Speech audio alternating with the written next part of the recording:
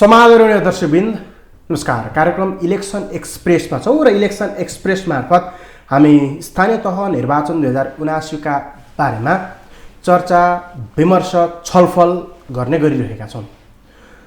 स्थानीय तहको निर्वाचन आउन अब मात्रै औलामा गन्ने दिन 4-5 दिन बाँकी छ। मौन अवधि सुरु हुन लाग्दा उम्मेदवारहरूलाई भ्याइ नभ्याइ छ मत माग्नको लागि। अझ ठ्याक्कै भन्नुपर्दा लगभग 0 आवरमा उम्मेदवारहरू छन् भनेर भन्दा पनि हुन्छ। मतदाता पनि निकै उत्साही देखिन्छन्। स्थानीय सरकार सञ्चालन गर्न 5 वर्षको लागि बागडोर थमाउनु पर्ने दायित्व मतदातासँग छ। त्यस्तै आफूले बागडोर सम्हालेर 5 वर्षभित्र रूपान्तरण स्थानीय तहको गर्नुपर्ने अभिभारा र जिम्मेवारी पनि उम्मेदवारसँग छ। चुनावी प्रतिस्पर्धा यस्तो धेरै प्रतिस्पर्धात्मक बनेको छ कि कसले जित्छ कसले हार्छ भन्ने कुराको सहज अनुमान यस अघि लाउन सकिएला, तर यस पटक लाउन सकिएको छैन। कारण गठबन्धन सिङ्गो चुनावी प्रतिस्पर्धामा छ भने एमाले पनि आफू अनुकूल गठबन्धन गरेर निर्वाचनमा घुमिएको छ। स्वतन्त्र उम्मेदवारको कुरा गर्ने हो भने पनि उहाँहरूको लोकप्रियता, उहाँहरूको काम, उहाँहरूले गर्नुभएको समाजमा पुर्याउनु भएको योगदानका कारण उहाँहरू पनि चर्चाको शिखरमा हुनुहुन्छ, जसले गर्दाखेरि ठुला भनिएका वा भनौँ हेभी वेटेड भनेका उम्मेदवारहरूलाई आछु बनाउने अहिलेको अवस्था बनेको छ।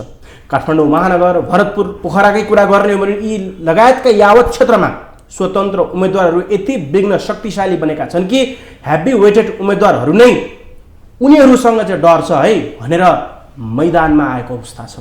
आज यस्तै विषयमा कुरा गर्नको लागि मैले एकजना स्वतन्त्र उम्मेदवारलाई स्टुडियोमा निम्त्याएको छु। तपाईँहरूले चिनेकै नाम हो, चिर परिचित नै अनुहार हो। उहाँले किन काठमाडौँ महानगरको बागडोर सम्हाल्नको लागि उम्मेदवारी दर्ता गराउनु भयो, उहाँको भिजन के, एजेन्डा के, त्यति मात्रै नभएर उहाँका ती बहुआयामिक किस्साहरू छन् जीवनका, ती पनि केलाउने प्रयत्न गर्दै म उहाँलाई यो कार्यक्रममा निम्त्याउन चाहन्छु, उपस्थित गराउन चाहन्छु। उहाँ हुनुहुन्छ प्रेम सागर कर्मचारी। उहाँले आजसम्म 169 पटक रक्तदान गरिसक्नु भएको छ। त्यो हिसाबमा पनि उहाँ रक्तदाता भनेर सबैतिर परिचित हुनुहुन्छ। उनै प्रेम सागरसँग, कर्मचारीसँग आजको छलफल र बहस गर्नेछु। आउनुहोस्, उहाँलाई स्वागत गरौँ। प्रेमजी, स्वागत छ तपाईँलाई कार्यक्रममा। धन्यवाद। आदरणीय टेलिभिजन हेर्नुका सम्पूर्ण दर्शकमा नमस्कार गर्न चाहन्छु। सबैभन्दा सुरुमा नि अब निर्वाचनको मुख छ, निर्वाचनकै कुरा गरौँ, त्यसपछि अनि जीवनका अरू पाटाहरूको विषयमा केलाउँ है। तपाईँ काठमाडौँ महानगरपालिकाको मेयर पदको स्वतन्त्र उम्मेदवार। तपाईँको चुनाव चिन्ह खुल्ला किताब भनौँ, पल्टिएको किताब। एउटा रक्तदाता समाजमा कसैको जीवन बचाउनुपर्छ भनेर आफ्नो शरीरमा भएको रगत एकचोटि होइन, दुईचोटि होइन, धन्नै 170-80 पटक चढाइसकेको व्यक्ति चुनावी प्रतिस्पर्धामा छ। यो राजनीतिमा आउने हुटुटी कहाँबाट जागो? चढाइसकेको भन्दाखेरि दान गरेको 169 पटक भयो। अबको केही दिनमै म फेरि 170 पटक दिनेछु। राजनीतिमा आउनु हुटुटी कहाँबाट जागो भन्दाखेरि तपाईँ समाजसेवा र राजनीति दुईवटा भिन्न पाटाहरू हुन्। यद्यपि वैधानिक समाजसेवा भनेको त राजनीति नै हो। हामीले टोल छर छिमेकमा समाजमा बसेर चाहिँ साथीभाइको बिचमा चाहिँ जुन किसिमको आवश्यकता टोलमा भएका छन् ती कुराहरू निराकरण गर्नलाई हामी समाजसेवाको रूपमा चाहिँ हामी सेवा गर्दै आइरहेका थियौँ। भने जनमत लिएर चाहिँ वैधानिक रूपमा सेवा गर्न थाल्यो भने आखिरमा त्यो निर्वाचित व्यक्तिहरू नै हो। तर अहिलेसम्म के पायौँ भन्ने कुरा हो। हामीले हिजोका दिनसम्म त साथ सहयोग दिँदै आएका थियौँ, तर आज आफै नै उम्मेदवारीको रूपमा हामी आफ्नै उम्मेदवारीको रूपमा किन उभिनु पर्यो भन्ने मूल कुरा हो कि ठ्याक्कै म त्यहाँ किन उभिनु पर्यो। जस्तै कि राजनीति गर्ने र समाजसेवा गर्ने भनेको पाटो अलग हो। वास्तवमै भन्ने हो भने हामीले हेर्दाखेरि समाजसेवा गर्ने मान्छे एउटा नितान्त सामाजिक भावनाले उत्प्रोत भएको व्यक्ति हुन्छ, त्यो पाटो समाउँछ। राजनीतिबाट जाने मान्छेहरूको समाजसेवा त भन्ने मेलो देखिएको छ अहिले, तर त्यो भित्रको पाटो अलग छ। त्यो तपाईँले एकदम धेरै तपाईँ त्यो विषयमा परिचित हुनुहुन्छ। किन तपाईँलाई राजनीतिमा आउने उठुटी? त्यही म भन्दै थिएँ, तपाईँको यो विशुद्ध रूपमा जनमत लिएर सेवा गर्ने थलो भनेको यही हो। यो तब्कामा पुगिसकेपछि तर राजनीतिक कर्मीहरूले के गर्यौँ त भन्ने कुरा हामी हरेक कुरामा उपेक्षित हुनु परेको अवस्था आयो। घोषणापत्र हेर्नुहोस्, कुन चाहिँ दलको राम्रो छैन ल भन्नुहोस् त। मैले 32 बुधे यो अहिले महानगरको चुनावमा लड्दै गर्दाखेरि मैले 32 बुधे घोषणापत्र भनेन मैले यसलाई। समाधान पत्र भनेको छ। जुन कुरा मलाई लेख्दाखेरि लाज मर्दो छ, जुन हाम्रो जीवनमा लागू भइरहेको अवस्था छैन, अत्यन्तै आवश्यक चिजहरू नगरपालिकाले सम्बोधन गर्नुपर्ने चिज हो, त्यो भइरहेको छैन। साना साना कुराहरू मात्रै 32 बुँदै छन्, ती कुराहरू सम्बोधन नभइरहेको अवस्थामा चाहिँ यी त सहज रूपमा गर्नुपर्ने चिज हामीले बहुत दिएर पठाएका जनप्रतिनिधिले किन गरेनौँ भन्ने कुरा ठुलो जिज्ञासाको विषय हो। त्यसैले यो जिज्ञासालाई हामीले फुलफिल गर्न उपेक्षित नगरवासीहरूलाई चाहिँ साँच्चै नै यो हो है, यस्तो अवस्था छ है, उजागर गर्नको लागि नै हाम्रो प्रतिनिधि जरुरी पर्यो भन्ने ठानेको छौँ हामीले। त्यस कारणले राजनीतिमा होमिएको होइन, राजनीतिमा हिजोको दिनदेखि थियौँ, चेतनशील हामी थियौँ र अहिले आधिकारिक ठाउँमा पुग्न खोजिरहेका छौँ, त्यति मात्रै हो। त्यहाँबाट इम्प्लिमेन्ट गर्ने चिजहरू के हो त्यो दिनु खोजेको मात्रै हो। त्यही हिजो स्वस्तिक छाप लगाउनेमा थियो, हजुर, अब स्वस्तिक छाप लिएर नेतृत्व गर्ने ठाउँमा अनुरोध गर्दै हिँडेका छौँ। अब हाम्रा जो जति तह तपाईँले बुझेका छन् तिनीहरूलाई त हामीले कन्भिन्स गर्नै पर्दैन। तपाईँको यो लोकप्रिय सञ्चार माध्यमबाट म आग्रह गर्न चाहन्छु उहाँलाई, महानगरवासी वास्तवमै हामी कसैको पिछलो कुरा दास होइन, यो कुरा बुझ्नु जरुरी छ। हामी आफै क्यापेबल मान्छे छौँ, हामीसँग मानसपत्र छ, ती मानसपत्रलाई क्रियाशील गर्ने कि नगर्ने समय सापेक्ष रूपमा त्यो मूल कुरा हो। नगर्नाको हकमा पिछलोको हिसाबमा जाँदाखेरि सधैँ त्यही झन्डा त्यही नारामा गएपछि तपाईँको के भयो, यही नियति भोग्नुपर्ने अवस्था आयो। हिजोका दिनदेखि अहिलेसम्म गणतन्त्र नेपाली स्टार्ट भएर कति भयो हेर्नुहोस्, अहिले के पाएको छ र अहिले झन् सत्ता टिकाउनलाई लुसाचुरी भइरहेको अवस्था छ। त्यो हुनुहुन्न, त्याग हुनुपर्छ। त्याग तपस्या र बलिदान भयो भने मात्रै हामीले खोजेका कुराहरू अब्जेक्टिभ कुरा होइन। मेरो नेतृत्वमा नहोला, कारण चाहिँ अर्कोले आउँछ नि, अब उसले आउनै नदिने, उसलाई सधैँ दासै बनाउन राख्ने कहाँ हुन्छ। आफ्नो समयपछि हामीले छोड्नु सक्नुपर्छ, त्याग गर्न सक्नुपर्छ। त्यो त्याग नहुँदाखेरि यो वितृष्णा चाहिँ जुन किसिमको विकृति महिलाहरू छ नि त्यो देखिएको अवस्था हो। तपाईँ जस्ता अभियन्ताहरू, तपाईँ जस्ता सामाजिक अगुवाहरूले नि यदा कदा भन्नुहुन्छ क्या, राजनीति र समाजसेवा फरक हो है, हामी ढाँट्न जान्दैनौँ, समाजसेवा गर्छौँ, राजनीतिमा लाग्नेहरूले ढाँट्छन्, छल्छन्, झुटको पुलिन्दाहरू बेच्छन्। हजुर, यो भन्दै गरेको एकजना व्यक्ति आज त्यही बाटो डोरिन खोज्दैछ। सार त अन्तिममा त त्यही होला, त्यो व्यक्तिले त्यहाँ गएर पनि ढाँटै पर्ला। होइन, त्यही बुझाइमा कमजोरी हो भन्छु म। किन होइन, यो त मैले भनेको विषय जस्तो अभियन्ताहरूले विषय हो, समग्र देखेको यही हो पक्कै हो। तपाईँ कुरा मैले दिनै गरेको छैन, हो भइरहेको यही हो। हामी पनि दिवा स्वप्न हेर्दै आएका थियौँ, देखायो हामीलाई त्यो स्वप्न त स्वप्नै रहेछ नि त। धेरै नजाउँ। यस अघिको 2074मा हजुर विद्या सुन्दर शाक्यले बाँडेका ती तमाम प्रतिबद्धताहरू, सपनाहरू आज 5 वर्षपछि उहाँ आफैलाई एउटा टेबलमा राखेर त्यसको बारेमा छलफल गर्न लाउने भने उहाँ जवाफ दिन लायकको अवस्थामा हुनुहुन्न है। हजुर, त्यो ठाउँमा पुग्न खोज्दै हुन्छ तपाईँ। हजुर, त्यो लक्ष्य तपाईँले त्यो राख्नु भएको छ। उहाँले गर्न नचाहनु पनि भएको होइन होला, सायद गर्न खोज्दै पनि धेरैवटा स्ट्रगल्सहरूले उहाँलाई घेरो होला।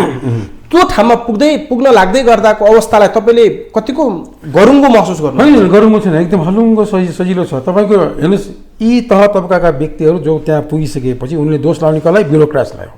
हेर्नुहोस्, अहिले हामी देखिरहेको कुरा र बुझिरहेको पनि हौँ। ब्युरोक्राट्स के हो त? त्यसको एनालाइसिस हुनु जरुरी छ नि त। के हो त्यो? जब आफूसँग दूरगामी सोच र भिजन छ भने, नगरवासीलाई राहत दिने भिजन छ भने, एउटा ठ्याक्क प्रोजेक्ट बनाइसकेपछि त्यसलाई इम्प्लिमेन्ट गर्ने आधार के त? त्यही ब्युरोक्रासीलाई होइन, हामीले लगेर तलसम्म लाने अनि तलकाले अनुभूत गराउने। त्यही तलबाट निड्स के छ भन्ने कुरा त्यही तहबाट चाहिँ सिँढीबाटै आउने होइन, अनि यहाँ टेबलमा आउने होइन। त्यसपछि छलफलको विषय बन्छ। आवश्यकता अनुसार निड अनुसार प्राइमेरी बेसमा ती कुराहरू समाधानको लागि सम्बोधन गरिन्छ। ती नहुँदाखेरि हामीले यो अस्तव्यस्तता पाएको, अनि दोष उसले दिने, उसले उसलाई दिने, आफू पन्चिने। हेर्नुहोस्, सजिलो छ सबै। यो नगरपालिका मात्रै होइन, माथिल्लो राष्ट्रिय सरकारमा हेर्नुहोस्, प्रदेश सरकार पनि सञ्चालनको अवस्था सबै त्यही हो। सबैले ब्युरोक्रासी दोष दिने हो। आफू नालायक भएको उसलाई थाहा छैन, आफू चाहिँ योग्य नभएको थाहा छैन, उसलाई अयोग्य ठहरेको थाहा छैन, तर दोष दिएर ऊ चोखिन खोज्छन्। त्यो लज्जास्पद काम हाम्रो नेतृत्वबाट भइरहेको छ। त्यो हामी हुन दिन्नौँ, हामी नमुनाको रूपमा आउन सक्छौँ भन्ने कुराले हाम्रो दावा हो, हाम्रो उम्मेदवारी हो। के रहेछ राजनीति भने चाहिँ? भन्दैछु अघि नै, वैधानिक समाजसेवाको पाटो हो त्यो राजनीति भन्ने कुरा। वैधानिक, जबकि जनताको करबाट सर्भाइभ हुने चिज, जनताको करलाई यथोचित व्यवस्थापन गर्ने थलो हो त्यो। सारमा त्यही हो। राजनीति भाष होला तर सारमा चाहिँ त्यही हो। इन सेन्टेन्समा कन्क्लुजन दिनमा त्यही हो। जो कोहीलाई सोध्नुहोस् यही बिन्दुमा आएर टुङ्गिन्छ। तर तपाईँलाई यो थाहा छ, मैले तपाईँलाई यो दोस्रोचोटि सोधेँ, हजुर राजनीति के रहेछ भनेर सोध्दै गर्दाखेरि तपाईँले जुन उत्तर दिनुभयो, अब यो हाम्रो संविधानले नै होइन मार्ग निर्देश गरेको वा भनौँ चित्रण गरेको अवस्थामा एउटा प्रमुखसँग त्यति अधिकार छैन जति ऊ बहुमतमा हुनुपर्छ, कार्यपालिकामा होस् वा नगरसभामा होस्। त्यसपछि मात्रै उसले ल्याएका एजेन्डाहरू पास हुने, काममा लाग्ने, काम सुरु हुने, ठुला बजेटका कुराहरू, ठुला योजनाका कुराहरू अवस्था त्यो हुन्छ। तर एउटा स्वतन्त्र उम्मेदवारले त्यहाँ नेतृत्वदायी भूमिकामा पुग्दै गर्दाखेरि न उसँग कार्यपालिकामा बहुमत हुन्छ, न ऊ नगरसभामा बहुमतमा हुन्छ। काम कसरी गर्न सक्ला? तपाईँको बहुमत र अल्पमतलाई केन्द्रित हुनुभयो होइन त? सत्कर्म आजसम्म देखिएको कुरा सत्कर्म र सद्वाणी तपाईँले समेट्न सक्नु भएन। सत्कर्म सद्वाणी हो नि, होइन, राजनीतिलाई त्यस्तै हामीले शुद्ध बनाउन खोजेका छौँ। सत्कर्म र सद्वाणी भनेको जो कोहीले नगाल्नुपर्छ, क्षणिक रूपमा ऊ तपाईँलाई मैले रणभुल्लो बनाउँला, तपाईँले मलाई बनाउँला, तर कालान्तरमा लागिन्छ नि ऊ त लागिन्छ। अहिले लागिरहेको यो पराकाष्ठ देखिरहेको हामीले भोग्दै आएको नीति यही हो नि। जनताले के पाएको छ, नगरवासीले के पाएको छन् आज, नभए कन्टिन्यू हुन्थ्यो नि सबैको, किन हुनु भएन, किन यो लुचातिर भइरहेछ भन्ने कुरा हो नि। कोही त आफ्नो पर्सनल इन्ट्रेस्टमा आएको होला, कोही विशुद्ध सेवाधङ्गमा आएको होला। हामीहरू अहिलेसम्म विशुद्ध सेवाधङ्गमा म रगतसँग नजिकबाट काम गरेँ होला। अहिलेसम्म एक कप चिया पनि कसैको खाएको छैन, म गर्वका साथ भन्न सक्छु। मैले त 3 महिना एकचोटि दिने हो। तमाम आम स्वयंसेवी रक्तदातालाई गोलबन्द गराउँदै रक्तदान गर्न आउनुहोस् न भनेर भनिरहेको छु। र मध्यरातमा पनि आएर रक्तदान गरिरहेको अवस्था छ कि मैले अब तिनीहरूको आस्थामाथि कुरा गरेर त्यो पेसेन्ट पार्टीसँग मैले आफ्नो पर्सनल इन्ट्रेस्ट पुरा गरौँ, त्योभन्दा ठुलो अपराध के हुन्छ? हामी यसरी बोलिरहेको छौँ भने चाहिँ यी राजनीति पार्टी चुत्के बस मात्र हुन्छ। समर्पण र त्याग र बलिदान भाव हुनु पऱ्यो नि। तपाईँ लालीपप देखाएर भोट लिएर हिँड्ने मान्छेसँग भन्नुहोस् त। अनि यो नाङ्गो अनि त्यही पात्रलाई भेट्नलाई अनि एउटा ढोका, 2टा ढोका, 3टा ढोका गरेर पिएको चाहिने सबै स्वीकृति लिएर हिँड्नुपर्ने, समय लिनुपर्ने कस्तो तरिका यो? आउनुहोस् हामीसँग प्रेम सागरलाई भेट्न, मध्यरातमा फोन गर्नुहोस्, यो मेरो नम्बर जहिले पनि बच्छ। जुन बेला म जननिर्वाचित होस् या नहोस् आफ्नो नाममा, तर म भन्नाले म होइन आम नगरवासीको सम्बोधन गर्न चाहन्छु। म त निमित्त पात्र मात्रै न हो होइन र? ती समस्या समाधान हामी जहाँ बसिरहेको छौँ त्यसैको प्रतिनिधि हो नि। जुन फुटपाथमा हिँड्ने त्यहीको चाहिँ प्रतिनिधि गर्दै हो नि हामी। अब होइन इलेक्टर भइसकेपछि म के चिल्ला गाडीमा चढेर हिँड्ने, कालो सिसामा लान। यो प्रेम सागरले मसँग 2 पाङ्ग्रे मोटरसाइकल छ, त्यही चढ्छ। मसँग एउटा मोबाइल छ, त्यही चलाउँछु म, कहीँ मैले लिन। हिजोका दिन देख्नु भएन नगर कमिटीका प्रथम बैठकमा मोबाइल काट्नु भएको। उसलाई पनि मोबाइल, उसलाई पनि छ, सबैलाई मोबाइल चाहिँ कसको? जनताको करबाट। जनतालाई अन्याय रूपमा कर थुपारेको छ। त्यो करलाई रिड्युस गर्ने कहाँ हो? उसलाई चाहिने सुविधा दिनु कहाँ हो? मतलब छैन। नगरवासीलाई हुनुपर्ने आधारभूत कुरा के हो? सम्बोधन गर्नु छैन, उसलाई सुविधा चाहिएको छ। मैले तपाईँलाई गर्वसार भने मसँग 2 पाङ्ग्रे मोटरसाइकल छ, त्यो चढ्ने हो, एउटा मोबाइल आफ्नै छ, त्यही चलाउने हो, घरको माना खाने हो, सेवा दिने हो। तपाईँ प्रतिस्पर्धामा आइराख्दा तपाईँले मेरो आफ्नो जनमत कस्तो छ, मलाई जनताले कतिको हेर्छन्, मलाई मत कति आउँछ भन्ने तरिकाले एउटा टेन्टेटिभ, पूर्ण रूपमा त नभनौँ, एउटा टेन्टेटिभ सर्वेक्षण त गर्नु भएको छ होइन? हजुर। धेरै चाहिँ अलिक बढी आक्रोश, क्रोध अनि हामी जस्ता जनताको भावनाहरू नसमेटिएको, पुरा नभएको भन्ने तरिकाको आक्रोश भएर पनि यो उम्मेदवारी हो वा अरू नै कारणहरू? धेरै जनताको भन्नै पर्दैन, हामी आफै त्यसको त भोगी हौँ नि। अरूलाई इक्जाम्पल दिनै पर्दैन, अरूबाट त सबै तह तबका त्यही त हो, त्यही स्ट्यान्डर्डमै छौँ आफू सहित जनता, आफू सहित बस ती सबैको समूहगत सम्बोधन नै हो हाम्रो उम्मेदवारी। अलिक बढी चाहिँ क्रोध पनि हो होइन? क्रोध भन्ने कुरा अब आफ्नो ठाउँमा हुन्छ। क्रोध क्षणिक पागलपन भन्छ, त्यो क्रोध लेख्नु बुद्धिमानी पनि होइन वास्तवमा। तर वैचारिक रूपमा चाहिँ हामीले समाधान गर्नुपर्छ र त्यसलाई व्यवहारीकरण गर्नुपर्छ, विचारलाई व्यवहारीकरण गर्नुपर्छ भन्ने मेरो मूल टेको हो, हाम्रो सिद्धान्त हो हाम्रो। खैर अब तपाईँको उम्मेदवारीमा जाउँ। तपाईँले आफ्ना प्रतिबद्धता पत्रहरू तपाईँले हुन त त्यसलाई म यो पुरा गर्छु भनेर सङ्कल्प साथ आउनु भएको छ होइन? मैले त केही सानो एउटा पाएँ, मैले अर्को पनि तपाईँको हेरेको छु। हजुर। यी समावेश भएका कुराहरू यस्ता छन् कि त्यो सामान्यभन्दा सामान्य कुराहरू छन्, लाजै मर्छ अघि जुन चाहिँ हामीले त्यो प्राप्त गरेका छैनौँ, त्यो सुविधा हामीले पाएका छैनौँ, तर त्यो चाहिँ संविधानमै पनि मौलिक हकको रूपमा दर्ज भएको छ। त्यो अनिवार्य पुग्नुपर्छ, तर छैन। यी यस्ता सामान्य कुराहरू पनि राजधानीवासीले पाएका छैनन्, कस्तो लाग्छ? त्यही त, अब राजधानीवासीले पाएको छैन भने तपाईँको मुखारबिन्द सुनिएको छ भने दूरदराज कस्तो होला कल्पना गर्नुहोस् तपाईँ। जहाँ सीता बोल्न पाएर छटपटिरहेको अवस्था छ, यहाँ फेरि त्यही पात्र हो, त्यही व्यक्ति हो, त्यही मान्छे हो, स्ट्यान्डर्ड मेन्टेन हेर्नुहोस् त कस्तो छ, आकाश जमिनको फरक छ। यसलाई जे चाहियो त्यसलाई पनि चाहिएको होइन, यो त यहाँ आएर बस्नु पऱ्यो नि त। हाम्रो संविधानले परिकल्पना पनि गर्नु परेन, यसरी जानु पर्ने प्यारलर होइन र? यस्तो छ हाम्रो यो खाडल पूर्णे कसले हो? सत्कर्म र सद्वाणी र त्यागी नेतृत्व समर्पित आउनु पर्यो, त्यसपछि उसले यो मर्म बुझ्छ। नभए त सधैँ खाडो रहन्छ, झन् भनिपुत रूपमा खन्दै जान्छ यो त अब। तर त्यसो भनिराख्दा नि प्रतिस्पर्धा त सामान्य र चाहन्छुने छैन। छैन। तपाईँको त नेकपा एमालेका हेभी वेटेड उम्मेद्वार केशव स्थापित, कङ्ग्रेसकी सृजना सुमह जो गठबन्धनबाट पनि छन्, स्वतन्त्र उम्मेद्वारहरू बालेन्द्र शाह जस्ता मान्छेहरू, विवेक सुर्की, समीक्षा भास्कोटा जतिका यो वेटेडका उम्मेद्वारहरू चुनावी प्रतिस्पर्धामा तपाईँले वेटेड अब त्यति मात्रै भन्दिनँ, उहाँहरूसँगको लाभा लस्कार गाडीदेखि लिएर झन्डादेखि लिएर उहाँका कार्यकर्ताहरूको त्यो चाम हेर्ने हो भने त त्यत्तिकै पनि तपाईँहरू यस्ता स्वतन्त्र उम्मेद्वारहरू त पछाडि गएर बस्ने अवस्था चाहिँ यसलाई कसरी हेर्ने? अब तपाईँको यही दृष्टिकोणले हेर्नुहुन्छ, यही धर्राबाट हेर्नुहुन्छ नि तपाईँको कुरालाई स्वीकार्नुपर्ने बाध्यता छ होइन। तर नगरवासी हिजोका छैनन्, उनका मानसपटल अलि चेतनशील भइसकेको अवस्था छ। हिजोका दिनमा पट्टी लगाएको मान्छे बिर्को लगाएको व्यक्तिहरू छैनन् अहिले केही न केही बुझ्ने भएका छन्। हो, हनुमानकै रूपमा आएकालाई त्यसलाई केही कतै पनि चेन्ज गर्न सक्दैन। त्यो लावा लस्कर यी कसरी सर्भाइभ भइरहेछ? तपाईँ हाम्रो रगत पैसा होइन कि थोरै उसले आफ्नो गोजीको पैसा ल्याएर चलाछन्? यो बुझ्नु जरुरी छैन हामीले। जबसम्म यी कुराहरू बुझ्नु तबकामा देखमा जाँदैन नि हामीलाई यसरी नै उनीहरूले प्रिन्टेड रूपमा प्रयोग गरिरहेका हुन्छन्। हामी प्रयोग गर्ने वस्तु मात्रै हुन्छौँ। हामी चाहन्छौँ त्यो आँखाको पत्ती खोलिदिने, दिमागको लागि बिर्को खोलिदिने हो। समान रूपमा जाओस्, सङ्घर्ष गरोस्, अनि क्वालिफाइड नेतृत्व निस्किन्छ। त्यागी नेतृत्व त्यहाँ खोज्नु बाध्य हुन्छ। अनि अहिले त तपाईँको 2 रुपियाँ कहाँबाट दिन्छ, 1 कप चिया कहाँ खान्छ, 1 साग खाना कहाँ पाउँछ, त्यो अवस्थामा छन्। त्यो स्तरको जनताले के पाउँछ त? अनि उसले त्यही पाउने हो। अनि त्यसपछि त्यो असुल गर्ने कहाँ त? त्यो मेकानिक त्यही होइन। त्यहाँ पुगेपछि हाम्रो मतको दुरुपयोग यसरी भइरहेछ। तर देशभरिको अवस्था एउटा विचार गर्नुहोस् त।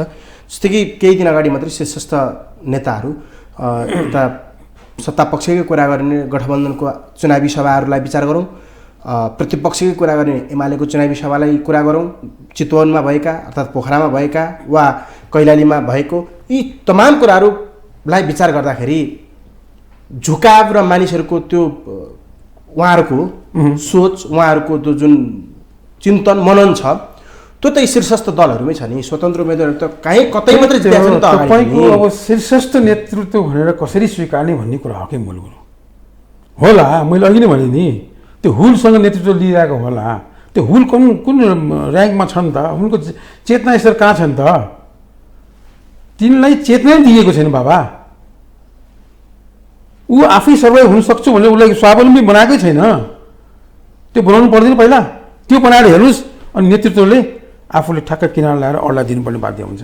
अहिले त चेतनै नदिने, दासै बनाएर राख्ने, अनि नेतृत्व मैले दिने, लौरो टेकेर हिँड्दै हुने, नेतृत्व मैले दिने नि, त्यसरी तरिका हुन्छ। आफूले त अब सल्लाहकारको रूपमा एउटा संरक्षणको रूपमा बसेर ल गर है म पछाडिबाट ठेलिदिन्छु भन्ने कि मेरै गोरुको बाटोका भनेर ओगटेर बस्ने? आफै विचार गर्नुहोस् तपाईँ। अब तपाईँले महानगर जित्ने कुरामा छौँ। महानगर जित्नको लागि तपाईँको प्लान, तपाईँको रणनीति, तपाईँको योजना के? होइन, म त्यस्तो रणनीतिको सार आएको छैन, योजना पनि खासै दिएको छैन। देखेका समस्या सम्बोधन नभएका कुराहरू 32 बुँदेमा उल्लेख गरेका छौँ। तर हिजोका दिनदेखि तपाईँले बुझ्नुभयो मेट्रो रेल, मोनो रेल भनेर कहिलेदेखि त्यो स्वप्न देखाएको थियो हामीलाई। आज झन्डै 25-30 वर्षदेखि आएको थियो हो। त्यसको लागि त्यहाँ डिपिआर तयार पार्नलाई कति भ्रष्टाचार भइसक्यो, त्यहाँ कुनै चिज इम्प्लिमेन्ट भएको छ अहिलेसम्म हो। यी कुराहरूलाई समय सापेक्ष रूपमा जब महानगरवासीहरू क्यापेबल हुन्छ, ऊ आफू हरेक कुराबाट सुसज्जित महानगरवासी भन्नु लागेको हुन्छ, ती आवश्यकता अनुसार जेनेरेट हुँदै आउने कुरा हो। त्यो हामी तानेर ल्याउँछ, त्यसलाई अटोमेटिकली आउने कुरा हो।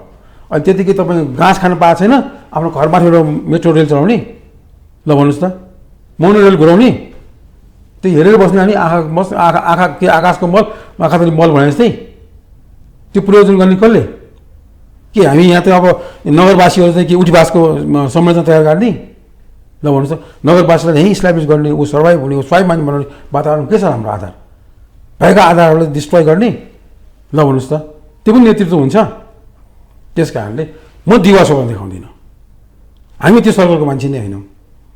समग्र रूपमा तपाईँसँग पीडा छ, मसँग पीडा छ, उहाँसँग पीडा छ, हाम्रो साझा पीडा हो। सम्बोधन कसरी गर्ने? नेतृत्व लिनुहोस् तपाईँ, कहाँ आपत्ति छैन मलाई। हो, तपाईँको सम्मति भने म लिउँला, तर समर्पण र त्याग र बलिदानी भाव हुनु पऱ्यो नि त्यस विषयमा। तर यो होइन कि यो एजेन्डा देखाएर आफूले आफ्नो पर्सनल इन्ट्रेस्ट, भेस्टेड इन्ट्रेस्ट पुरा गर्नतिर लागेपछि ऊ नाङ्गिने हो। अहिले देखिरहेको यही हो। त्यो 32 बुँदामा पनि, हजुर 32 बुँदा वा तपाईँको यो सानो यो कागजमा पनि वा भनौँ यो एउटा तपाईँको पत्रमा पनि सामान्यभन्दा सामान्य कुराहरू नै छन् क्या, जस्तै कि फोहोर एकदमै सानो अलिकति मैले भने नि लाजै लाग्छ। फोहोर उठेको छैन फोहोर उठाउने बस। है, ट्राफिकको व्यवस्थापन गर्ने ट्राफिक व्यवस्थापन गर्ने बस हैन, हो। सडकमा भएका ती अव्यवस्थित हैन संरचनाहरूदेखि लिएर यी तमाम कुराहरू हटाउने ती हटाउने। यो त राजधानी जस्तो ठाउँमा त यो त हुनुपर्ने चिज भइसक्नुपर्ने चिज हो त। हामी यसमै पनि अल्झिरहेका हो त छौँ। नि। अब योभन्दा माथि गएर म यस्तो बनाउँछु भन्ने कल्पना चाहिँ के देखाउनुहुन्छ? होइन, व्यवस्थापन हो मुख्य कुरो। हेर्नुहोस्, यी तपाईँ जुन उल्लेख गर्नु भने त्यसको यथोचित व्यवस्थापन हो, यहाँ अभाव भयो। त्यसले अस्तव्यस्त बनाएर त्यहाँ आफ्नो स्वार्थ सिद्ध गर्ने लागे। हेर्नुहोस्, फोहोर व्यवस्थापनको नाममा ल्यान्ड पुलिङ भन्छ, त्यहाँ सधैँ द्वन्द्व चल्यो भन्छ, यो भन्छ त्यो भन्छ, तपाईँ हामीलाई थाहा छैन। फोहोर व्यवस्थापनको नाममा त्यहाँ डिजल त्यहाँ कहाँ पुगे थाहा छैन। अनि खर्चको आर्थिक भार देखाउने, गाडीको अवस्था कन्डिसन खराब देखाउने, यो साधारण इक्जाम्पल मात्रै हो तपाईँको। यस्ता हरेक पाटोमा छुँदै गयो भने त्यहाँ के देखिन्छ नाङ्गो। तपाईँलाई म विशेष अनुरोध गर्दछु, तपाईँ पत्रकार मित्र यहीँ बसिकन यदि हामीले प्रतिनिधित्व गर्न पायो भने मेयरको अनुभूति गराउन सक्छौँ हामी।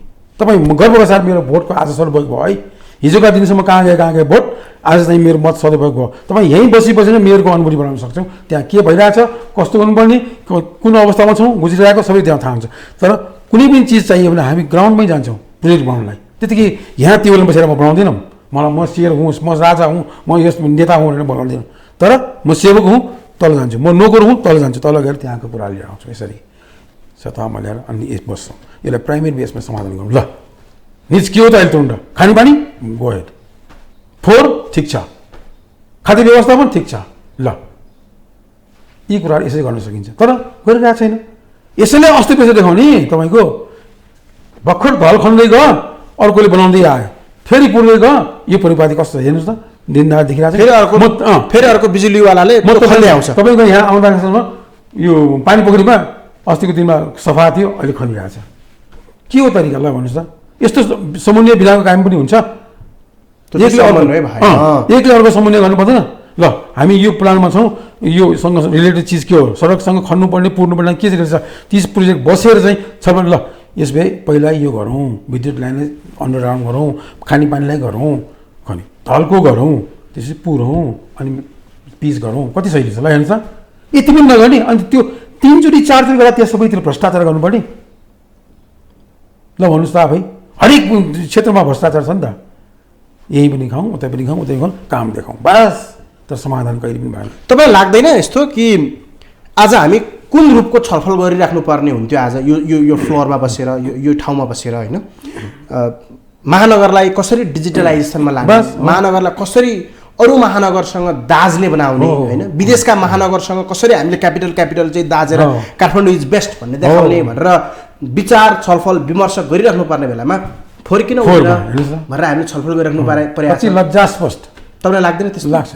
त्यही मैले भने तपाईँले बोल्दा तपाईँको क्वेसनपछि मैले थपिदिइसकेँ, कति लज्जास्पद भन्नु। हामी तपाईँ जस्तै एकजना मेरो क्यान्डिडेट आएर मलाई यो कुरा राख्नु भएको थियो उहाँले, विकासजी हामीले यो विषयमा छलफल गर्नुपर्छ होला भनेर हामीले सोचेका थियौँ, 5 वर्षपछि हामी यो विषयमा छलफल गर्छौँ होला जस्तो लागेको थियो, 74को कुरा गर्ने हो, सही कुरा हो। तर आज पनि हामी त्यही विषयमा छलफल गऱ्यौँ भनेर भन्नुहुन्थ्यो उहाँले। लेटेस्ट टेक्नोलोजीलाई हामी यहाँ ल्याउनु पर्ने, यहाँबाट ल्याएर दूरदराजमा जिल्लामा देखाउनु पर्ने र गर्नु, अनुसरण गर भनेर काठमाडौँको मोडल अनुसरण गर्नु भन्नुपर्ने। तपाईँले भने जस्तै काठमाडौँसँग अनुसरण गर्ने हाम्रो जिल्ला मात्रै होइन, अन्तर्राष्ट्रिय निकायले ल गर, काठमाडौँ वान पिस छ यहाँ, हेर हेरिटेज सिटी हो यो, यसमा चाहिँ यस्तो किसिमले सर्भाइभ भइरहेको छ उनीहरू, यो हिसाबमा लागिरहेको छ भनेर उनले अनुसरण गर्नुपर्ने चिज। तर हामी अरूको मात्रै कुरा गर्छौँ, आफ्नो स्वाउट गर्नै सक्दैनौँ। विडम्बना यही हो कि चेतना सबै मान्छेको त्यही हो नि। अब मतदातालाई तपाईँले आश्वस्त के पार्नुहोस् भने तपाईँको ती 32 बुदाले मात्रै त लगभग पुग्दैन होला है? पुग्दैन। तपाईँले अघि भन्नुभएको छ जुन तरिकाको धार्मिक सांस्कृतिक सहरको रूपमा काठमाडौँ चिनिन्छ होइन, अन्तर्राष्ट्रियमा पनि पर्यटकहरूको बढी घुइँचो हुने ठाउँ पनि हो काठमाडौँ। खानेपानीदेखि लिएर हरेक कुराको असुविधा, फोहोरको असुविधा, ट्राफिकको असुविधा, अव्यवस्थित पार्किङको असुविधा, व्यवस्थित पार्किङ छैन, आज पनि गएर कहीँ बस्ने हो भने त्यो पार्किङ गर्न सकिने अवस्था छैन। तपाईँले कति दिनमा कस्तो खालको काठमाडौँ बनाउँछु भनेर सोच्नु भएको छ? तपाईँको पार्किङ भन्नु, पार्किङमा जोडिन्छ म। पार्किङले यति अस्तव्यस्त छ तपाईँको काठमाडौँ हिँड्नु, न हिँड्नु गर्न पाइन्छ, न गाडीहरू काहीँ रोक्नु पाइन्छ, केही छैन। तर विडम्बना के छ अहिले, पार्किङको नाममा, व्यवस्थितको नाममा चाहिँ ती नगर प्रहरीहरू मोटरसाइकल उठाएर लागे। ल हेर्नुहोस् त, के उसलाई उठाउनु राखेको थियो? त्यो हाम्रो करले के हाम्रो मोटरसाइकल उठाएर लैजाऊ भनेर राखेको भन्नुहोस् त, मैले त निःशुल्क पार्किङ त्यो पनि व्यवस्थित भएको छ। ती नगर प्रहरीहरू आनन्दसँग जहाँ पार्किङ एरिया टोकेका छन् त्यहाँ सजिलैसँग कसैको पनि पार्किङ गर्दाखेरि कोड्ने किर्ने केही नहोस्, व्यवस्थित रूपमा गरिसकेपछि कोही पनि पार्किङ गर्ने मान्छे आयो भने अब अव्यवस्थित रूपमा गरेर गइदियो भने त्यसलाई दण्डित गर्नु पऱ्यो। त्यो हामी मेसेज फ्लो गर्छौँ, यस्तै मिडियाबाट बोलिदिन्छौँ, त्यसको चाहिँ दण्ड अलिक भारी हुन्छ हुनसक्छ, त्यो गर्न सक्छौँ हामी। तर यो होइन कि पार्किङको डिजिटलको नाममा चाहिँ अहिले तपाईँ पार्किङ गर्न जानुहोस् न, कोही चिट काटिहाल्छ, गाडी बोकेर हिँडो, घन्टा गइदिन्छ, त्यो पार्किङ कहाँ आइरहेको थाहा हुन्न। हेर्नुहोस्, त्यस्तो हिडन इन्ट्रेस्ट फुलफिलिरहेको अवस्था, यसलाई गर्न सकिन्छ, धेरै कुराहरू छ। तर के पार्किङ जुन किसिमले अहिले पार्किङ यो अव्यवस्थित भएको छ, चाहिने पनि नचाहिने पनि मान्छेहरू गुडाएकै छन्, गुडाएर हिँडेका छन्, तिनीलाई पनि अलिकति चेतना त दिनु पऱ्यो नि। चेतनशील नभइकन यी कुराहरू कन्ट्रोल हुँदैन, म गर्छु भनेर पनि हुँदैन, तिनीहरूले साथ दिनुपर्छ हामीलाई, अनि मात्रै हो। त्यसको लागि चेतना त प्रवाह गर्नु पऱ्यो नि। अनावश्यक किन, जस्तो कि म गाडी किन्दै किन्दिनँ, मलाई त्यस्तै मिडियाले सोधेको छ तपाईँ किन गाडीमा हिँड्नु, म हिँड्दिनँ। म एक्लो व्यक्ति हिँड्नलाई अथवा अरू हिँडिरहेछन् भने चार पाङ्ग्रे हिँड्दाखेरि त स्पेस कति अकुपाइ भयो, हेर्नुहोस् त कति भयो। त्यस्तै सबैजना हिँड्दाखेरि त 1 किलोमिटरमा बढी त उसले खाइदियो। अब त्यही यात्रुहरू, त्यही प्यासेन्जर जो चढ्न चाहेको थियो त्यसलाई राम्रो वेल मेन्टेन भएको चाहिँ एसीवाला गाडी भइदियो भने झन्डै 80-90जना 100जना अट्ने गाडी भयो भने उनीलाई चल्न लालायत बनाएर थोरै यो गाडी चढ्छ, घरमा ठन्काएर 5 रुपियाँको गाडी चढ्छ, 15 रुपियाँको गाडी चढेर हिँड्छ सरल एसीमा, आफ्नो ठाउँमा ड्रपिङ हुन्छ। आजकल एक्सेस कहाँ छैन, जतातै छ, कति सही रहेछ। थोरै गाह्रो आफ्नो गाडी ठोकेला यताउता दायाँ चिन्ता पनि गर्नु परेन, हेर्नुहोस् खर्च पनि कम भयो। त्यो गर्ने त अरू तरिका छ नि त, त्यो गर्ने अवलम्बन नगर्ने, त्यो गाडी आयातमा घुस खाने, पर्सेन्टेज खाने, कमिसन खाने, ल हेर्नुहोस् त्यस्तो प्रविधि हाबी भएपछि यहाँ अस्तव्यस्त नभए के हुन्छ। सही नेतृत्व हुनु जरुरी हो, त्यही हो। अरू विभिन्न समस्याहरू छन्, मैले अघि पनि तपाईँलाई राखेँ, तपाईँले पनि भन्नुभएको छ, तपाईँको प्रतिबद्धता पत्र भनौँ वा त्यसलाई तपाईँले घोषणा पत्र पनि भन्नु होला, त्यसमा पनि उल्लेख छन्। मैले समाधान पत्र भनेको छु, समाधान पत्रमा पनि तपाईँले लेख्नु भएको छ। त्यो 32वटा बुँदा त सामान्य अघि पनि कुरा भइसक्यो। क्रमशः हामी यसरी कुर्सीमा बस्यौँ भने सजिलैसँग फेज वाइज 30 गते निर्वाचन सकिन्छ, पद बहाली कहिले हुन्छ थाहा छैन, कति दिनपछि होला, घोषणा भइसकेपछि गऱ्यो भने आजको भोलि, भोलिको पर्सि अनुभूति गर्छ नगरवासीले। त्यो चाहिँ दावाका साथ भन्न सक्छु, दावाका साथ, किनकि हामीसँग समर्थन छ। तर त्यसो हुनको लागि त जित्नु पनि पर्ला नि, ब्यालेट बक्स पक्कै हो। अब चुनावमा हुनेपछि जित्ने सामान्य सर्वेक्षण गर्नु भएको छ, मतको हल्का सर्वेक्षण त भइहाल्छ, किन नहुनु। कस्तो पाउनु भएको छ? तर के भने अब ब्यालेटमा यसै भन्न सकिने अवस्था छैन। अब त्यो मात्रै होइन, मैले यहाँ बोलेर जानु म आफै मूर्ख हुनु जस्तो लाग्छ कि, किनकि देखिरहेको छ नि हामीले कसरी चाहिँ सत्ता पक्षले यसलाई मेनिपुलेट गर्न सक्छ भन्ने कुराहरू। यसलाई म त यति मोट हो भन्ने मान्छे थुप्रो छ, आएका छैन, म त्यसरी बोल्दिनँ। 1,20,000 ल्याउँछु भन्दा कुराहरू काम छैन यहाँ, मसँग 1 मोट छ कि छैन, म आफूलाई कन्भिन्स छ कि छैन भनेपछि मैले यसरी बोल्नु मूर्ख चाहिँ र अरूलाई पनि बोल्न पाउन सक्दिनँ। त्यसमा आफू कन्भिन्स हुनु पऱ्यो, आफ्नो एजेन्डापछि आफू समर्पित हुनु पऱ्यो। त्यसमा यी मलाई हिजोका दिनदेखि समाजमा देखेका तहतपकाहरू कन्भिन्स हुनु पऱ्यो, हो यो व्यक्तिले गर्छ भने उनको अमूल्य मत आउने हो, नभए आउँदैन। त्यो पनि म ठोकेर भन्छु। तर म यो ल्याउँछु ऊ ल्याउँछु भनेर त्यो घमण्ड चाहिँ ममा हुँदैन। त्यही त यहाँ सामान्य कुरामै हामी भुलिराख्दाखेरि काठमाडौँ चाहिँ कहिले हामीले जस्तै कि हाम्रो पुस्ता वा हामीभन्दा पछाडिको पुस्ताले काठमाडौँ चाहिँ रूपान्तरण भएको वा काठमाडौँ चाहिँ त्यो सहर, काल्पनिक सहर चाहिँ कहिले बन्ने? केही गाह्रो छैन भने समर्पण भएको नेतृत्व, दूरगामी सोच भएको, भिजन भएको मान्छे, त्यसलाई भनेपछि आजसम्म त्यो खालको नेता जन्मिएन छैन। नेता त मैले भनेको, मैले पटक बोलिरहेको छु, नेता जन्मेकै छैन देशमा, छैन। यो त आफ्नो व्यवसाय हो, प्रोसेस, घर खर्च चलाउने व्यवसाय मात्रै हो, नेता जन्मेको छैन। नेता भन्ने कुरा त्यागी हुनु पऱ्यो, तपस्या हुनु पऱ्यो, भिजन हुनु पऱ्यो, समर्पण हुनु पऱ्यो, लोभ लालचबाट कहीँ पनि ऊ लिप्त हुनु भएन। तपाईँ राजनीतिलाई व्यवसाय भन्न थाल्नु पो, फेरि त्यही राजनीतिमा तपाईँ उभिनु भएको छ? होइन, बिल्कुल। मैले अघि तपाईँले पटक भनेको छु नि त, यो सेवा हो, सामाजिक सेवा गर्ने आधिकारिक थलो हो भनेको छु नि। यसलाई पेसा त लिनै भएन, पेसा बनाएको मात्रै बनाए, हामीले बनाउनु खोजे होइन त। हामीले सेवा गर्ने थलो। तपाईँमा पनि त के विश्वास, तपाईँमा पनि मतदाताको के विश्वास हो? तपाईँ पदमा पुग्नु होला, फेरि पेसा बनाउनु होला भन्ने डर त छ। डर हुनसक्छ, सक्छ। तर हामी चाहिँ फुल कन्फिडेन्स के छ भने रगतसँग काम गरेको हुनाले, अरूसँग होइन, अरू त एक चुटकी भयो भनिरहेको छु मैले, रगतसँग काम गरेको हुनाले 1 कप चिया पनि खाएको छैन अहिलेसम्म, पीडितलाई सेवा दिने क्रममा डोनरलाई हामी आफै खुवाउँछौँ, आफै ल्याइदिन्छौँ, पीडितलाई समय खुवाइदिन्छौँ, रगत उस्तै परेर पुर्याइदिन्छौँ, उस्तै परेर पैसा दूर दराबाट आएका विपन्नलाई हामी आफै पैसा तिरेर पनि दिइरहेका छौँ। रगत निःशुल्क हुनुपर्ने तर हुन सकेको छैन। अब हामी फेजमै छौँ, यसलाई डाइलेक्टमै छौँ। बागमती प्रदेशले आंशिक सेवा यसलाई चाहिँ निःशुल्क गरेछ, गण्डकी प्रदेशले पुरा गर्यो। तर हाम्रो जिल्ला शाखा, म नेपाल भोलिन्टियर ब्लड डोनर सोसाइटीको सेन्ट्रल प्रेसिडेन्ट पनि हुँ, हाम्रो जिल्ला शाखा जहाँ छन् त्यहाँ पहल गर्ने भइरहेछ र निःशुल्क बनाउँदै आएको छ। 2-4 जिल्ला निःशुल्क बन्यो, हाम्रो नगर कमिटीमा निःशुल्क बनाएको छौँ, अनि वडा कमिटीमा निःशुल्क, जहाँ जहाँ आफ्नो एप्रोच छ त्यहाँ जहाँ कन्भिन्सिङ पावर हाम्रो हाबी भयो तिनीहरूले चाहिँ निःशुल्क गराउँदै आएका छन्। थोरै तपाईँसँग प्रतिस्पर्धामा रहनुभएका प्रतिस्पर्धीहरूको विषयमा थोरै अलिकति कुरा गरौँ। तपाईँ उहाँलाई प्रतिस्पर्धी मान्नुहुन्छ कि मान्नुहुन्न? मेरो प्रतिस्पर्धी भनेको नै आम नगरवासी हो। तपाईँले कसरी बुझ्नुहुन्छ यसलाई? म त एउटा निमित्त पात्र मात्रै हुँ, म कोही पनि होइन। मेरो ठाउँमा एबिसी जो पनि आउन सक्छ, तर म आम नगरवासीको प्रतिनिधिको रूपमा अहिले मलाई उभिएको छ, म होमिएका छौँ, तर प्रतिस्पर्धी त्यही आम नगरवासी नै हो। जसरी केही उम्मेदवारहरू होइन मेरो प्रतिस्पर्धी नै छैन तपाईँले जसरी बाटोमा आइराख्नु भएको छ, त्यस्तो कुरा गर्ने म यो प्रेम सागर होइन, त्यसरी कुरा गर्दिनँ। सबैको आफ्नो महत्त्व हुन्छ, आफ्नो ठाउँमा गरिमा होला, बेग्लै कुरा हो। तर कसैलाई गौण बनाउनु कुरा गरेर फाइदा छैन। उहाँहरू आफ्नो ठाउँमा आइरहेको होला, प्रतिस्पर्धी चाहिँ हो, तर त्यो प्रतिस्पर्धी मैले भयो नि, होइन प्रतिस्पर्धी त मैले भयो नि, आम नगरवासी हो, त्यो नगरवासीकै हामी सबैजना हौँ। त्यसै कारणले चयन गर्ने त उहाँकै कर्तव्य हो, दायित्व उहाँले नै आफ्नो स्वविवेक प्रयोग गर्ने हो। त्यो कसरी गर्नुहुन्छ? त्यो निर्वाचनको लगभग हामी अन्तिम प्रश्नमा छौँ, त्यसपछि तपाईँका अरू जीवनका आयामहरू केलाउँछौँ। अन्तिममा नगरवासीलाई के भन्नुहुन्छ? तपाईँको अपिल के छ? होइन, अपिल त खासै के छ, यो चुनावी मोर्चामा हामी उभिएका छौँ, तर तपाईँहरूले सद्बुद्धि प्रयोग गरेर चाहिँ आफ्नो त्यागी नेतृत्वलाई चाहिँ चयन गर्नु म अनुरोध गर्न चाहन्छु, त्यति मात्रै हो। अब तपाईँको थप परिचय, तपाईँ राजनीतिमा होमिनुभन्दा अगाडिको तपाईँको परिचय, हुन त समाजसेवा राजनीतिलाई एउटा एउटा एउटा ठाउँमा राख्ने हो भने त लगभग कहिलेकाहीँ हामीले दुइटै गरिरहेका हुन्छौँ, कहिलेकाहीँ एउटा गरिरहेको हुन्छौँ, कहिलेकाहीँ दुइटै गरिरहेको हुन्छौँ, उद्देश्य एउटै हुन्छ। तपाईँको सारलाई मैले तानेँ। तर त्यसो भन्दै गर्दा रक्तदाता प्रेम सागर कर्मचारीहरूलाई चाहिँ कसरी चिन्ने?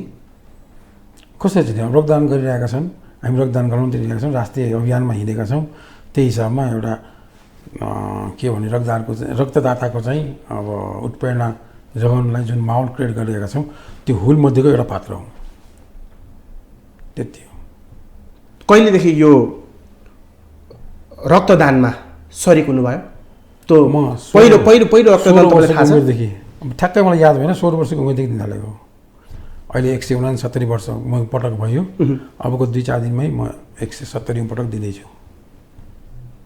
यो सुरुमा त तपाईँले दिँदै गर्दाखेरि यतिका धेरै सङ्ख्या पुग्छ भन्ने थियो आकलन केही?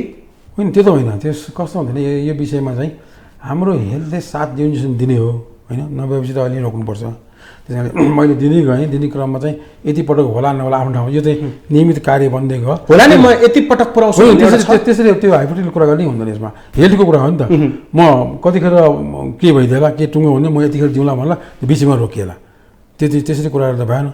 अनि त्यस कारणले आफ्नो हेल्थले साथ दिने हो, दिइरहेको छु। एकचोटि दिएको थिएँ, कन्टिन्यू हुने क्रममा आज 169 पटक पुग्यो, अबको 2-4 दिनमा मैले 170 पटक दिँदैछु। अब यो दिँदाखेरि हेर्नुहोस्, मान्छे रक्तदान गराइ जुन किसिमको डर भए त्रास छ नि, त्यो हुनुहुन्न वास्तवमा, नबुझेर भएको कुरा हो। सम्बन्धित निकाय दिनुहोस्, त्यसमा गइरहेको छैन। हामी भोलिन्टियर नै गएर चाहिँ मोटिभेट गरेर मान्छेहरूलाई चाहिँ यो उठाइरहेको अवस्था, त्यसैको परिणामस्वरूप पनि ब्लड ब्याङ्कमा र ब्लड ब्याङ्क भन्दा रक्त सञ्चार सेवामा चाहिँ तपाईँको रगतको चाहिँ भण्डारण हुन्छ र आवश्यक निडी वर्षमा निडी पिपल आउँछन्, तिनीहरूले लान्छन्। र अहिले चाहिँ पूर्ण रूपमै अब रक्त सञ्चार सेवा ड्राई रनमा छ। हेर्नुहोस्, अब थोपा रगत केही छैन, अनि आउँछन् फोन, सम्भवतः म तपाईँको इन्टिभन्दा यहाँ 1-2 फोन आएको हुनसक्छ। त्यस कारणले त्यो उनीहरू चाहिँ कहीँ नपाएर हामी कहाँ ठोकिन्छन्। हामीले डोनर प्रयोग गर्छौँ, हामीसँग रगतको पोको छैन, डोनर प्रयोग हो, पोको छ कहाँ छ, कता दम गर्छ, म त्यो पहिला सर्च गर्छु, दम भएको कहीँ छ भने उठाइदिन्छु, होइन भने डोनर नै लगेर चाहिँ उहाँलाई सेवा दिइरहेको छौँ। अहिलेसम्म खाली हात चाहिँ हामीले पठाएका छैनौँ, आजसम्म छैन, कसैलाई पनि छैन।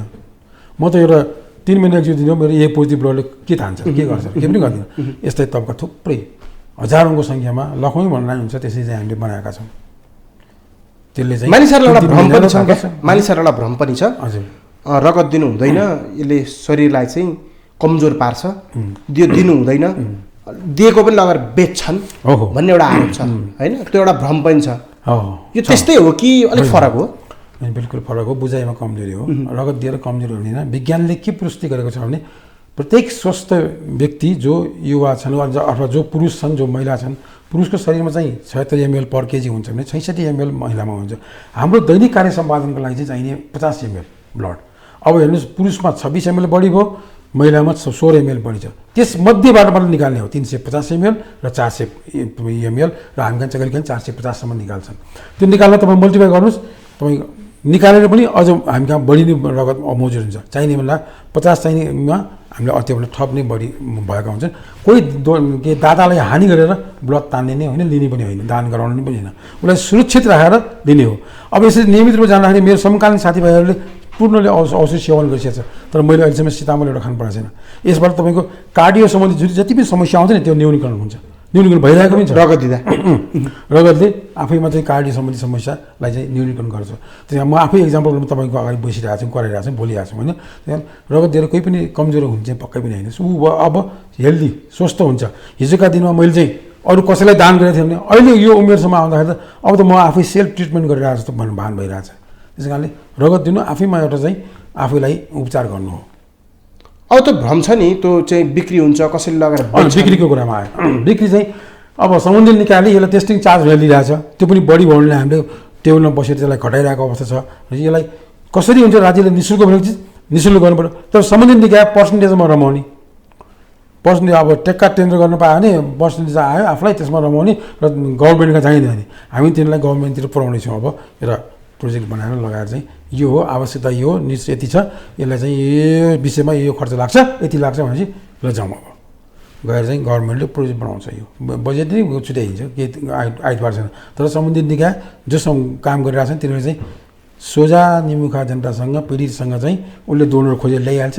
रक्त व्यवस्थापन चल्नुपर्ने चिज चलिरहेछ भनेर चाहिँ हार गुहार गरेर उसले ल्याउँछन्, ल्याएको ब्लड तानिदिने, दातालाई पठाइदियो, उसले चाहिँ त्यस्तो चाडमा हिडन रूपमा अरू आफ्नो मनपरी रकम असुल्ने र बिल बिजक काट्ने, बिल बिजक काटेको चिजलाई व्यापारै हो भन्ने। हामीले यो त सेवा गर्ने ठाउँमा चाहिँ व्यापार भइरहेको अवस्था छ।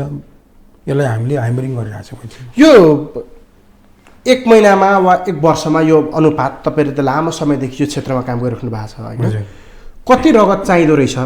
हुन त अब यो दुर्घटना त्यसपछि बिरामी त कति हुन्छन् भन्ने कुराको त पूर्व अनुमान त गर्न सकिँदैन, तर पनि टेन्टेटिभ यति चाहिन्छ र हामीसँग यति चाहिँ हुन्छ, यति पुग्छ वा यो चाहिँ पुग्दैन भन्ने के त्यस्तो अनुमान आकलनहरू छ? खाका अङ्कल अब हिजोका दिनदेखि अहिलेसम्म अनुभव गरिरहेको तपाईँको सिङ्गो देशमा चाहिँ तपाईँको अहिले 500 देखि 600 पिन रगत भइदियो भने सफिसियन्ट माग है, त्यो माग मात्रै। त्यो त्यसमा पनि तपाईँको झन्डै 30-35% मात्रै प्रयोगमा आउँछ। अब कति भयो तपाईँको 6 त्यहाँ 18 होइन, झन्डै 180 मात्रै ब्लड प्रयोगमा आउने भयो होइन। भनेपछि अरू ब्लड के अन्त अन्यश्री तानिएको अवस्था छ। अब 500 मिट गर्नु पऱ्यो, 500 पोकै तानिदियो, 500 पोकै तान्यो होइन त, सबैको डिमान्ड भयो, तानिदियो, स्वाभाविक हो त्यो तान्यो। त्यो ब्लड त्यतिकै उसको आयु हुन्छ, विभिन्न कम्पोनेन्टको विभिन्न आयु हुन्छ। 35 डेज, 42 डेज, अब 72 घन्टा, कुनै चाहिँ 6 महिनादेखि 1 वर्षमा राख्न सक्ने छ। त्यो ब्लड तानिएपछि कतिपय कम्पोनेन्ट गर्नु मिल्ने हुन्छ, फ्रेस ब्लडमै 6 घन्टाभित्र बनाउनु पर्छ, कतिपय बनाउनु मिल्दैन, त्यो होल ब्लडमा कन्भर्ट हुन्छ। त्यसको आयु भनेको 35 दिन हुन्छ।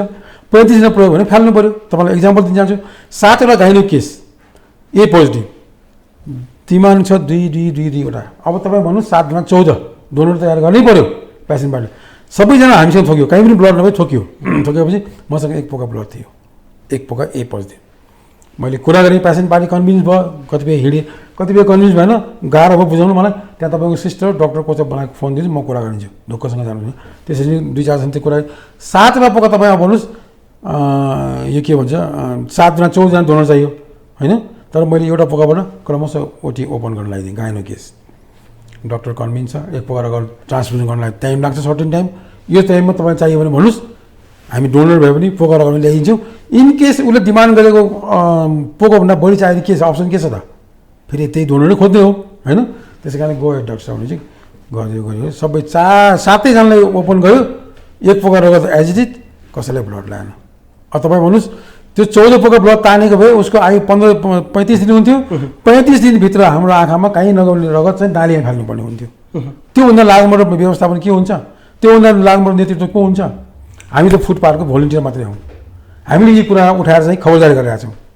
हेर्नुहोस् त्यसकारणले व्यवस्थापनको पराकाष्ठ भयो सबै उमेर समूह अनि त्यसपछि कसरी दिने कहाँ गएर दिने भन्ने पनि यसका केही छ। छन्। अब हिजोको दिनमा मैले त 16 वर्ष दिएको भनिहालेँ, हिजो त्यस्तो अवस्थै थिएन। अहिले आएर 18 वर्ष भन्ने कुरा छ। हामीले नारा पनि बनायौँ, प्रत्येक स्वस्थ युवा युवतीहरूले आफ्नो 18औं वर्षको जन्मोत्सवसँगै रक्तदानको शुभारम्भ गरौँ भनेछौँ। साँच्चै नै रक्तदान चाहिँ 18 वर्षमा गरिलिएर ऊ 3-3 महिना काहीँ नोट डाउन गर्ने हो भने रगत दिँदैको हुँदा दिनेको घुइँचो पर्छ। हेर्नुहोस् अब कुरा र ऊ स्वस्थ हुनु पऱ्यो, निरोगी हुनु पऱ्यो, कुनै औषधि खाएको हुनु भएन, न्यूनतम वेट चाहिँ 45 किलो हुनु पऱ्यो। त्यति भयो भने उसले आरामसँग ब्लड डोनेसन गर्न सकिन्छ। अब यहाँ चाहिँ यी कुराहरू एडभोकेसी गर्न सम्बन्धित तह तबकामा पुग्ने मेकानिजम डेभलप भएको छन् कि हामी आफै बुझेर सुनेर जानेर म यसको विद्यार्थी होइन, म गएर आफैले चाहिँ फ्लोरिङ गर्दै क्रममा चाहिँ देशभरि एउटा तह तबका सञ्जाल निर्माण भयो। हामी नेपाल स्वयंसेवक समाजको 33 जिल्ला शाखा छन्, नगर कमिटी, वडा कमिटी सबै छन्। त्यो किन गरेको? स्थानीय स्तरमा किन लगायो भन्दा स्थानीय स्तरमा समस्या पनि त्यही छ, समाधान पनि त्यही छ। अब कसै 10-12 जना भेला भएको छ, हामीले कमिटी बनाएको छौँ, त्यहाँबाट कसैलाई ब्लड चाहियो, सम्बन्धित निकाय जान्छन्, छैन भन्छन्, अनि 10 जनाको खोज, ल 11 जनाको खोज, कसको ग्रुप कसको मिल्यो त्यहीँबाट भयो सर्ट आउट।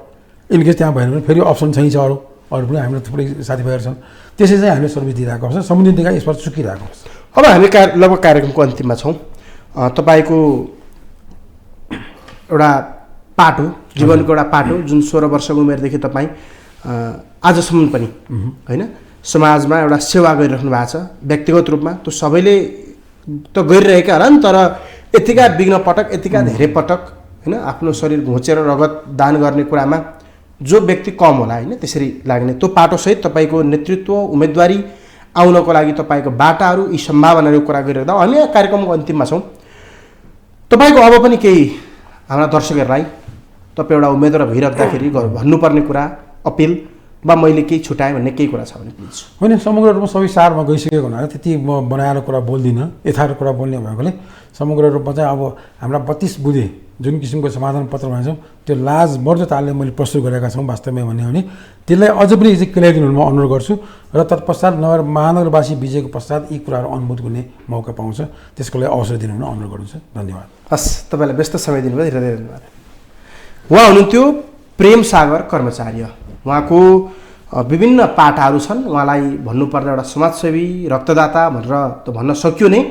अहिले उहाँ राजनीतिमा पनि होमिनु भएको छ।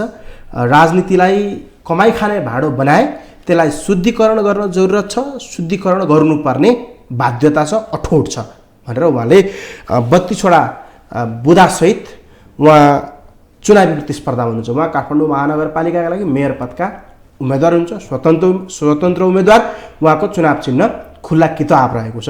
पक्कै पनि दर्शक महानुभाव, उहाँसँगको संवादमा तपाईँले नेतृत्व लिन किन चाहनुभयो, के यस अघिका नेतृत्वहरूले वा भनौँ अहिले जुन प्रतिस्पर्धामा आइरहेका व्यक्तिहरू छन् दलगत रूपमा वा स्वतन्त्र रूपमै पनि उहाँहरूसँगको विश्वास नभएर वा विश्वास टुटेर नै तपाईँको यो राजनीतिप्रतिको छलाङ हो? तपाईँ पनि नेतृत्वमा आइसकेपछि वा नेतृत्वमा पुगिसकेपछि तपाईँ उनीहरूभन्दा फरक के हुनुहुन्छ, यी लगायतका विषयमा रहेर छोटो संवाद गऱ्यौँ। आगामी अङ्क अन्य अतिथिका साथ फेरि आउने बाचा गर्दै अहिलेका लागि इलेक्सन एक्सप्रेसको समय सकिन्छ। हामीसँगै रहनुहोला। नमस्ते।